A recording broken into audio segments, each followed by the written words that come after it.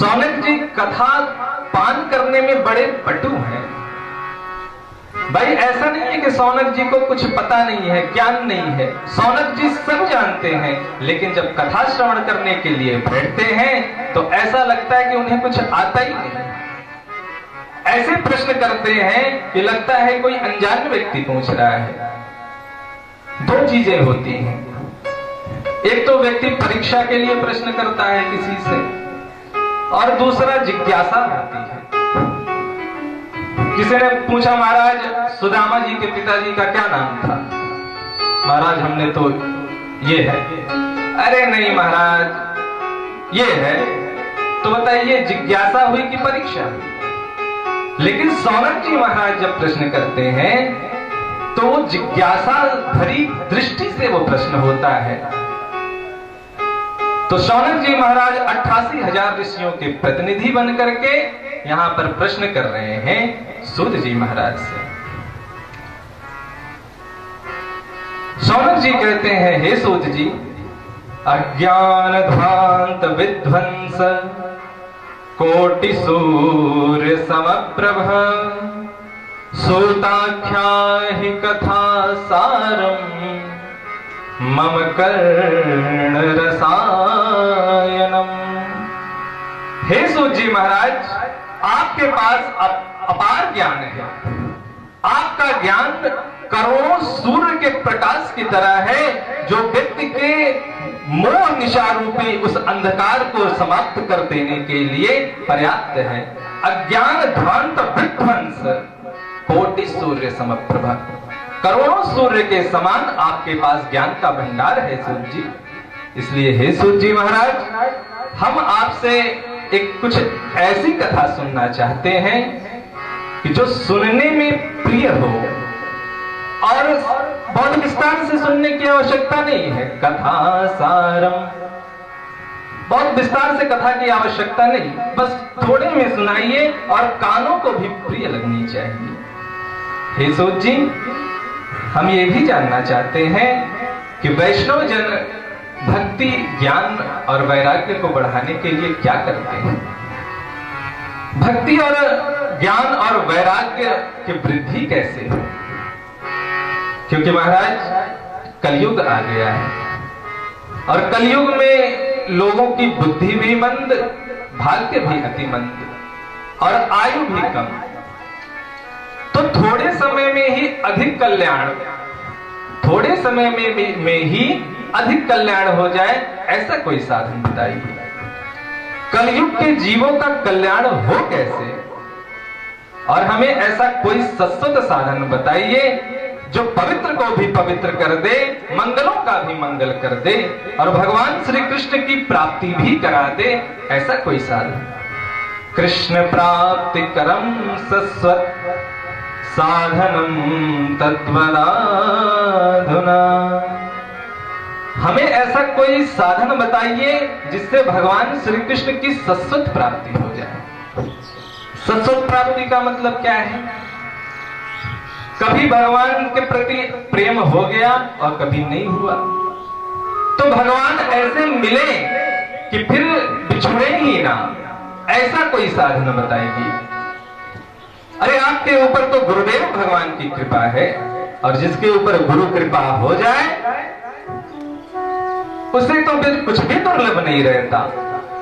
चिंतामणिर्लोक सुखम सुरद्रुः स्वर्ग संपदम प्रयच्छति गुरु प्रीतो वैकुंठम योगी दुर्लभम। चिंतामणि का यह वैशिष्ट्य होता है कि जिस व्यक्ति के पास चिंतामणि हो, वो जो भी कल्पना करेगा लौकिक वस्तुओं को देने में वो सक्षम है। चिंतामणि पास में है, हमने जो भी संकल्पना करी कि हमें मिठाई खाना है, हमें एक अच्छा सा घर मिल जाए, एक अच्छी से अच्छा एसी रूम मिल जाए, सब दे देगा चिंतामणि। चिंतामणि का तात्पर्य ही यही है कि चिंतन करते ही जो वस्तु प्रदान कर दे। और कल्प वृक्ष महाराज, कल्प वृक्ष के नीचे बैठकर जो भी मांगा जाए तो स्वर्ग की संपदा को देने में भी सक्षम है, लेकिन चिंतामणि और कल्प वृक्ष में भी वह सामर्थ्य नहीं कि वो परमात्मा का साक्षात्कार करा दे, ब्रह्म साक्षात्कार करा दे। ये क्षमता तो सिर्फ गुरुदेव भगवान की कृपा से ही संभव है। यदि गुरु कृपा हो जाए तो ब्रह्म साक्षात्कार होने में देर नहीं लगती। और हे सूत जी महाराज, आपके ऊपर तो गुरुदेव भगवान की अहेतुकी कृपा है, इसलिए यह प्रश्न हम आपसे ही करते हैं। सूत जी निहाल हो गए यह प्रश्न सुनकर और कहा, ऋषियों, ये जो आपने प्रश्न किया है ये लोक मंगल के लिए किया गया प्रश्न है। सौनक जी, आपके हृदय में भगवान के प्रति यह जो प्रेम है उसे देखकर आज मैं सारे सिद्धांतों का सार ही तुम्हें सुनाने जा रहा हूं। जो भक्ति का हेतु है, जिससे ज्ञान भी पुष्ट होता है और जिससे वैराग्य की भी प्राप्ति होती है, आज मैं वही साधन तुम्हें बताऊंगा। ऋषियों, व्यक्ति के जीवन में सबसे बड़ा डर काय का है? तो काम मरने का। हर व्यक्ति डरता है मरने से। किसी की आयु निश्चित नहीं है। आज एक 10 वर्ष का बालक है, उसके बारे में हम ये नहीं कह सकते कि यह बालक अगले क्षण रहेगा कि नहीं।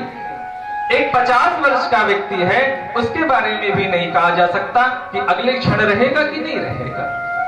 आयु किसी की निश्चित नहीं है। व्यक्ति मोटरसाइकिल लेके निकला बाहर और जब तक घर ना पहुंच आए, घर वालों को चिंता लगी रहती है कि गए हैं, ठीक ठाक लौट आए तो भगवान की कृपा है। क्यों?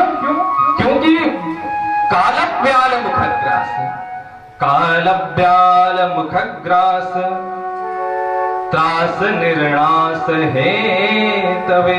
तो कालव्याल मुखग्रास, प्रत्येक व्यक्ति काल रूपी अघासुर के मुख में जाने के लिए बैठा है।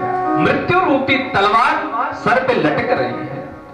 किस क्षण गिर जाए कोई भरोसा नहीं, कब जीवन समाप्त हो जाए कोई भरोसा नहीं। तो कालव्याल मुखग्रास। तो महाराज, मरना सबको है, बच कोई सकता नहीं, तो किया क्या जाए? भाई, कितना भी बड़ा साधन कर लिया जाए तो मृत्यु तो निश्चित है। मृत्यु लोक पर आए हैं तो सूत जी कहते हैं कि मृत्यु को ही मंगलमयी बना लिया जाए। अपना अंतिम समय यदि मंगलमय हो जाए, कैसे? व्यक्ति जीवन भर रोटी, कपड़ा और मकान में परेशान है, और जब अंतिम समय आता है तब वो सोचता है, राम राम, अभी तो हमने कुछ भजन किया नहीं, अपने कल्याण के लिए कोई साधन सोचा नहीं, अब क्या किया जाए? जब अंतिम समय आया तब वो सोचता है। तो महाराज, मृत्यु को मंगलमयी बनाया कैसे जाए? तो बताते हैं, श्रीमद् भागवतम शास्त्रम कलौ कीरेण भाषितम। श्रीमद् भागवत शास्त्र का आश्रय लिया जाए, जिसे कलयुग के प्राणियों को का उद्धार करने के लिए कीरेण शुकेन भाषितम। सुख रूपी कीरने, सुख रूपी तोते ने इसको जो व्याख्या की है, भाषितम। देखिए, यहां भाषितम का प्रयोग है क्योंकि लिखा है व्यास जी महाराज ने, और इसकी व्याख्या जो की है वो सुखदेव जी महाराज ने की है, इसलिए यहां भाषितम शब्द का प्रयोग किया जा रहा है। तो मृत्यु सबकी निश्चित है, बच कोई सकता नहीं। तो मृत्यु को मंगलमयी बनाने के लिए श्रीमद् भागवत रूपी शास्त्र का आश्रय ग्रहण कर लेना चाहिए। तो महाराज, बाजार में मिलती है श्रीमद् भागवत की पुस्तक, खरीद लाएं? का नहीं, ऐसे नहीं मिलती भागवत। जन्मांतरे भवे पुण्यम श्रीमद् भागवतम लभे। कई जन्मों के जब पुण्य उदित होते हैं व्यक्ति के, तब श्रीमद् भागवत की प्राप्ति होती है। आचार्य परंपरा से, गुरु परंपरा से जब व्यास पीठ पर बैठा हुआ वक्ता जब उसको परोसता है, तो वो श्रीमद् भागवत जो प्राप्त होती है उसके बारे में वर्णन किया गया है। सुबह पारायण होता है, शाम को जो कथा हो रही है। तो ये जो अमृत परोसा जा रहा है, ये श्रीमद् भागवत। बाजार से पुस्तक जो खरीद लाते हैं वो भागवत नहीं।